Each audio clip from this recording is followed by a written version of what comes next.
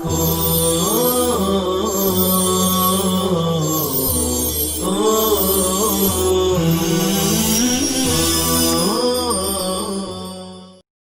اللہ الرحمن الرحیم الحمد للہ رب العالمین والصلاة والسلام علی سید الانبیاء واشرف المرسلین وآلہ وصحبہ اجمعین اما بعد وبالاسناد المتصل منا الى الامام الحمام البخاری رحمہ اللہ تعالی ونفعنا بعلومہ انہ قال حدثنا عبد الله بن يوسف قال اخبرنا مالك عن هشام بن عروة عن أبيه عن عائشة ام المؤمنين رضي الله عنها ان الحارث بن هشام سأل رسول الله صلى الله عليه وسلم فقال يا رسول الله كيف يأتيك الوحي فقال رسول الله صلى الله عليه وسلم احيانا يأتيني مثل صلصلة الجرس وهو أشده علي فيبصم عني وقد وعيت عنه ما قال وأحيانا يتمثل لي الملك رجلا فيكلمني فأعي ما يقول. قالت عائشة رضي الله عنها ولقد رأيته ينزل عليه الوحي في اليوم الشديد البرد فيبصم عنه وإن جبينه ليتفسد عرقه.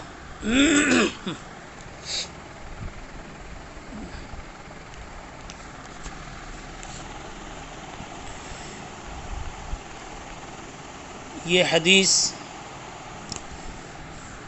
امام بخاری رحمۃ اللہ علیہ کے استاذ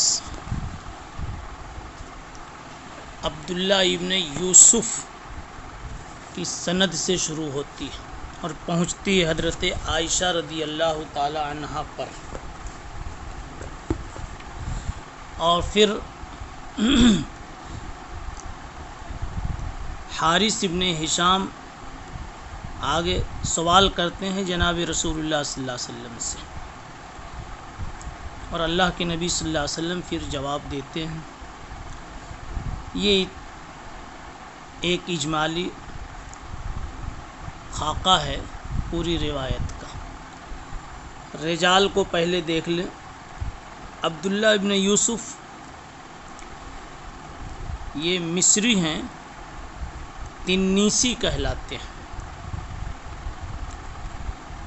اصل میں یہ دمشقی ہیں لیکن تنیس میں آ کر مقیم ہو گئے تھے.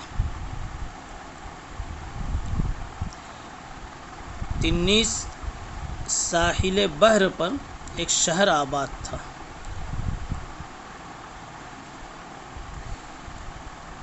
اس لیے ان کو تنیسی مصری کہا جاتا ہے.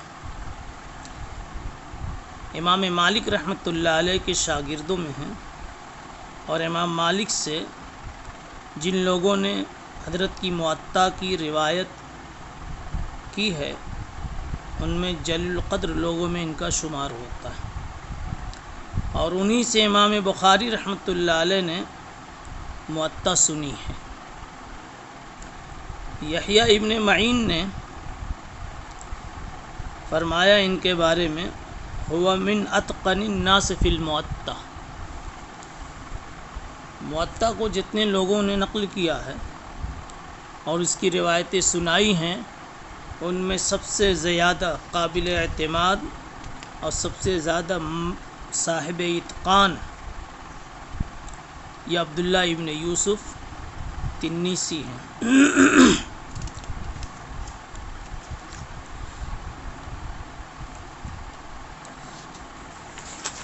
دوسرا نام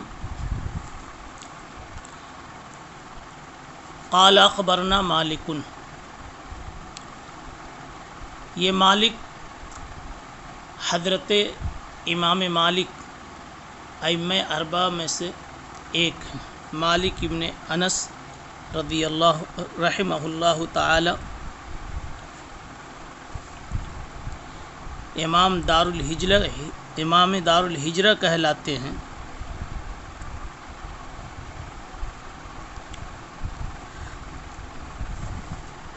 جس طرح امام مالک رحمۃ اللہ علیہ نے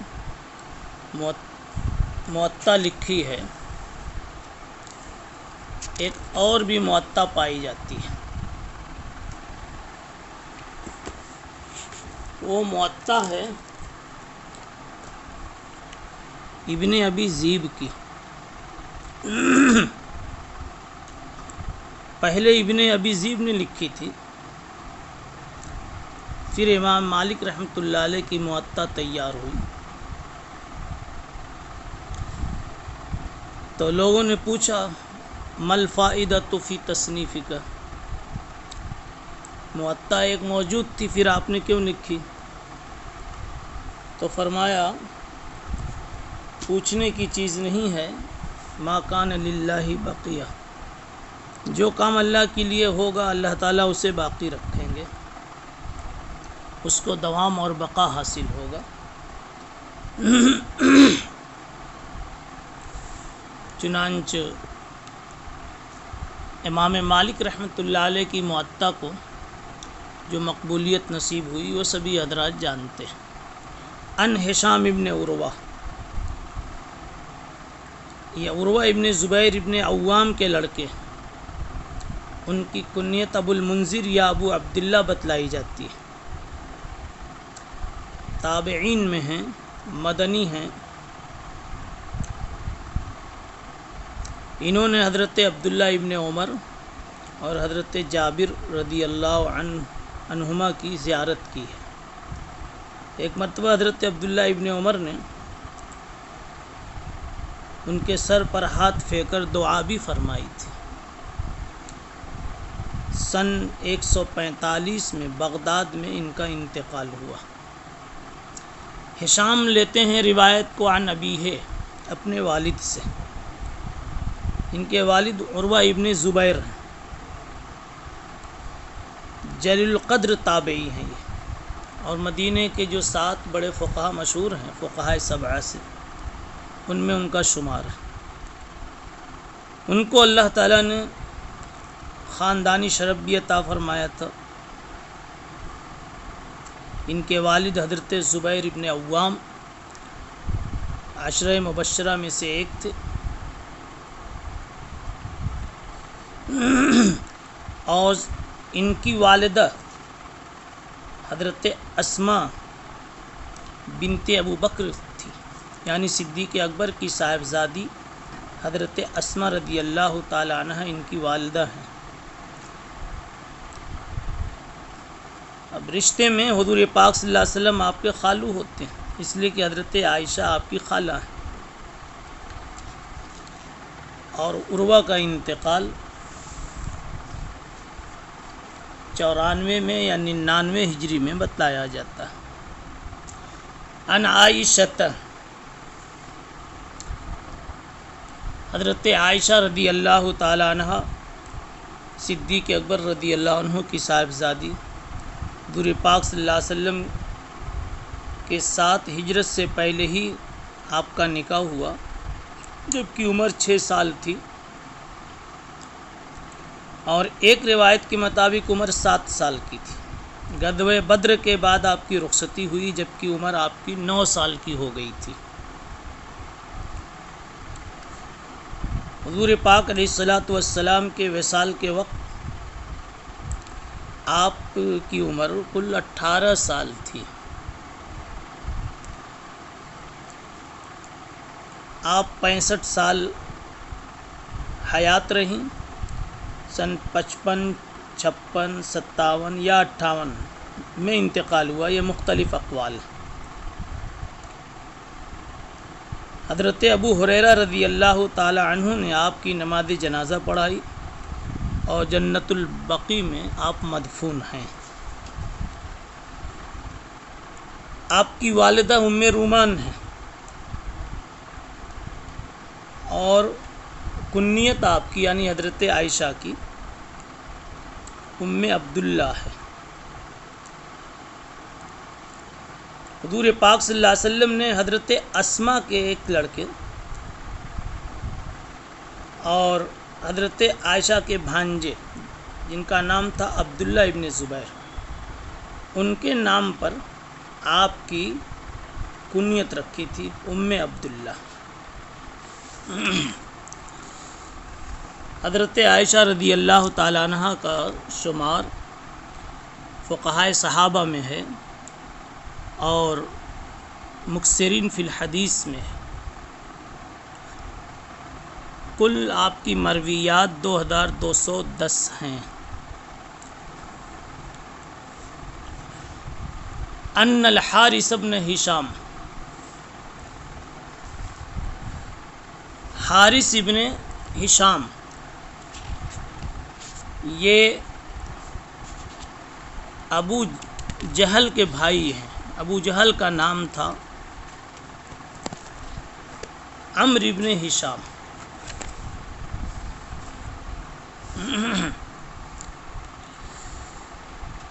حارث ابن ہشام حضرت خالد بن ولید کے چچا زاد بھائی بھی ہیں۔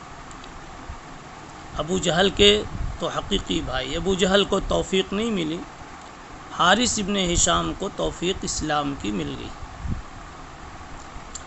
غزوہ بدر کے موقع پر یہ کافروں کی طرف سے مسلمانوں کے خلاف آئے تھے، لیکن فتح مکہ کے موقع پر اللہ نے ان کو اسلام سے نواز دیا، اور غزوہ حنین کے موقع پر حضور پاک صلی اللہ علیہ وسلم نے ان کو 100 اونٹ عنایت فرمائے تھے۔ جنگ یرموک میں آپ کی شہادت ہوئی ہے۔ اب حدیث کو سمجھا جاوے، حدیث میں کون سی بات کہی گئی ہے۔ اس حدیث میں حارث ابن ہشام سوال کرتے ہیں، ان الحارث ابن ہشام سأل رسول اللہ صلی اللہ علیہ وسلم فقال یا رسول اللہ، اے اللہ کے نبی، کیف یاتیک الوحی، آپ پر وحی کس طرح آتی ہے؟ گویا نزول وحی کی کیفیت کے بارے میں سوال فرما رہے ہیں۔ تو رسول اللہ صلی اللہ علیہ وسلم نے جواب میں ارشاد فرمایا، احیانا یاتینی مثل سلسلۃ الجرس، احیانا یاتینی مثل سلسلۃ الجرس، سلسلۃ الجرس کی طرح میرے پاس کبھی کبھی وحی آتی تھی، یعنی کبھی تو میرے پاس وحی آتی ہے جیسے کہ گھنٹیوں کی آواز، وَهُوَ أَشَدُّهُ عَلَيَّ، اور وحی کی یہ قسم مجھ پر سب سے زیادہ مشکل ہوتی تھی، اور وہ مجھ سے منقطع ہوتی ہے اس حال میں کہ میں اس بات کو جو اس میں کہی گئی تھی یاد کر چکا ہوتا ہوں۔ وَهُوَ أَشَدُّهُ عَلَيَّ فَيُفْصَمْ عنی وقد وعیت عنہ، جس وقت یہ بات مکمل ہوتی وحی کی تو بات مجھے یاد ہو چکی ہوتی تھی، فرشتے سے میں سن کر یاد کر چکا ہوتا تھا۔ وَأَحْيَانًا يَتَمَثَّلُ لِيَ الْمَلَكُ رَجُلًا، اور کبھی میرے لیے فرشتہ ایک انسانی صورت اختیار کر کے آتا ہے، اور وہ جو بولتا ہے وہ میں یاد کرتا جاتا ہوں۔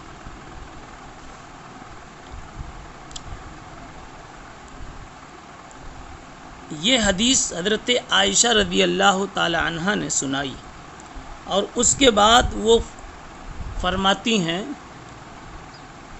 لقد رأیتہ ینزل علیہ الوحی فی اليوم الشدید البرد، میں نے رسول اللہ صلی اللہ علیہ وسلم کو خود دیکھا کہ وحی ایسے دن میں جو سخت ٹھنڈک اور سردی والا ہوتا تھا جب نازل ہوتی تھی،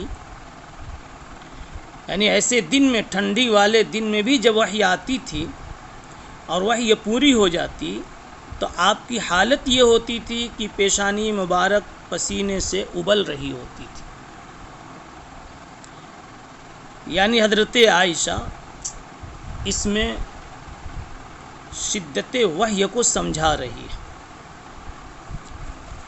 اب حدیث میں جو بات بتلائی گئی اس کا خلاصہ یہ نکلا کہ حارث ابن ہشام نے حضور پاک صلی اللہ علیہ وسلم سے سوال کیا، آپ پر وحی کیسے آتی؟ تو آپ نے نزول وحی کی 2 کیفیتیں بتائی۔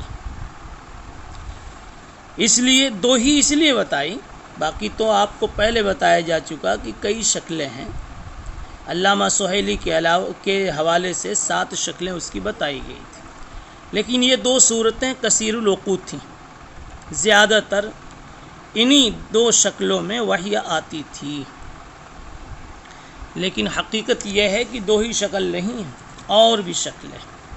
مثلا ایک طریقہ یہ تھا کہ فرشتہ انسان کی شکل میں، دوسرا طریقہ سلسلۃ الجرس کا، تو تیسرا طریقہ دل میں کوئی بات ڈال دی جاتی تھی، چوتھا طریقہ اللہ براہ راست کلام فرماتے تھے، اور 5واں طریقہ یہ ہے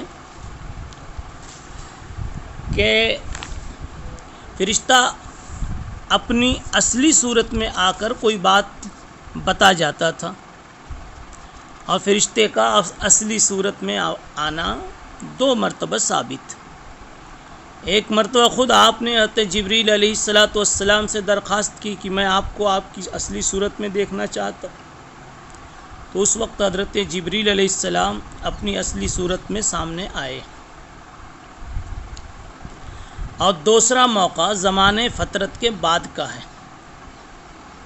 کہ زمانے فطرت کے بعد جو سب سے پہلی وحی آئی، اس وقت حضرت جبریل اپنی اصلی صورت میں آئے، لہذا اس کو بھی مستقل قسم قرار دیا جائے تو یہ 5ویں قسم ہوگی۔ تو فرشتہ اپنی اصلی شکل میں بھی کبھی کبھی آتا تھا، اگرچہ کہ 2 ہی مرتبہ، بعد میں 3 مرتبہ کا قول کیا۔ چھٹا طریقہ یہ ہے وحی کا کہ نبی پاک صلی اللہ علیہ وسلم پر وحی نازل ہوتی تھی، شہد کی مکھیوں کسی آواز ہم کو سننے میں آتی تھی۔ تو یہ کہنا یہ ہے کہ اس کی تو کئی شکلیں تھیں، اور کبھی کبھی خواب میں بھی کوئی بات آپ کو بتلا دی جاتی تھی۔ یہ 6-7 شکلیں، 7 شکلیں وحی کے آنے کی اور وحی کی پائی جاتی تھی۔ لیکن یہاں حضرت حارث ابن ہشام رضی اللہ عنہ نے جب سوال کیا تو آپ صلی اللہ علیہ وسلم نے اس کے جواب میں تمام صورتوں کا استقصاء نہیں فرمایا، بلکہ صرف 2 صورتیں بیان فرمائی جو کثیر الوقوع تھیں۔ اس میں ایک ہے سلسلۃ الجرس۔ سلسلہ اس آواز کو کہتے ہیں جو لوہے کو لوہے پر رکھ کے کھینچا جائے تو پیدا ہوتی ہے۔ لوہا لوہے سے کبھی ٹکرائے یا اس پر رکھ کے کھینچا جائے یا اس لوہے کو لوہے پہ مارا جائے تو وہ آواز پیدا ہوتی ہے، اس کو سلسلہ کہتے ہیں، اور جرس گھنٹی کو کہتے ہیں۔ اب سلسلۃ الجرس، اس کی حقیقت کیا ہے؟ تو اس میں بہت سارے اقوال بیان کیے گئے،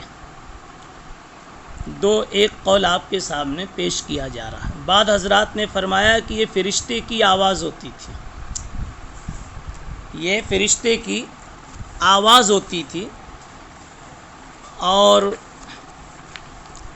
بعض دوسرے لوگوں کا یہ کہنا ہے کہ فرشتہ جب آتا تھا تو اس کے پروں کی یہ آواز ہوتی تھی۔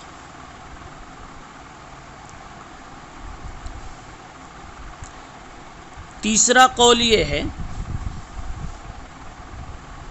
کہ یہ ایک خاص آواز ہوتی تھی جس سے نبی پاک صلی اللہ علیہ وسلم کی ساری قوتوں کو اس کی طرف مجتمع کر لیا جاتا تھا، اور اس آواز کے ذریعے سے آپ کو وحی کی طرف متوجہ کیا جاتا تھا۔ جیسے پہلے گھنٹی بجتی ہے ٹیلی فون کی، موبائل کی، تو ہم متوجہ ہو جاتے ہیں، پھر بات سنتے ہیں۔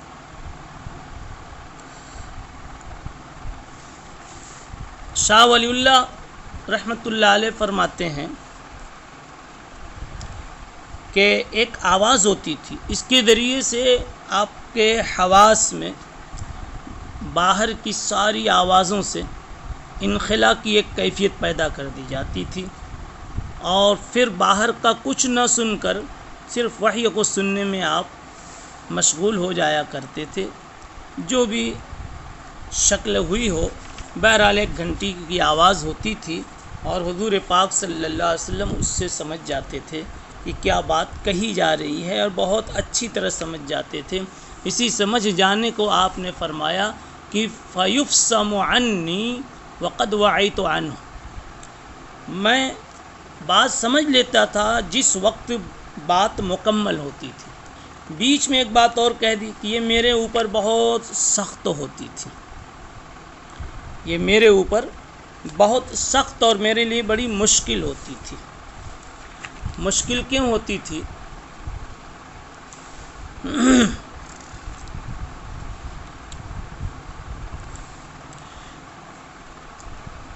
اس لیے اس کی وجہ تو اللہ تعالیٰ ہی بہتر جانتے۔ البتہ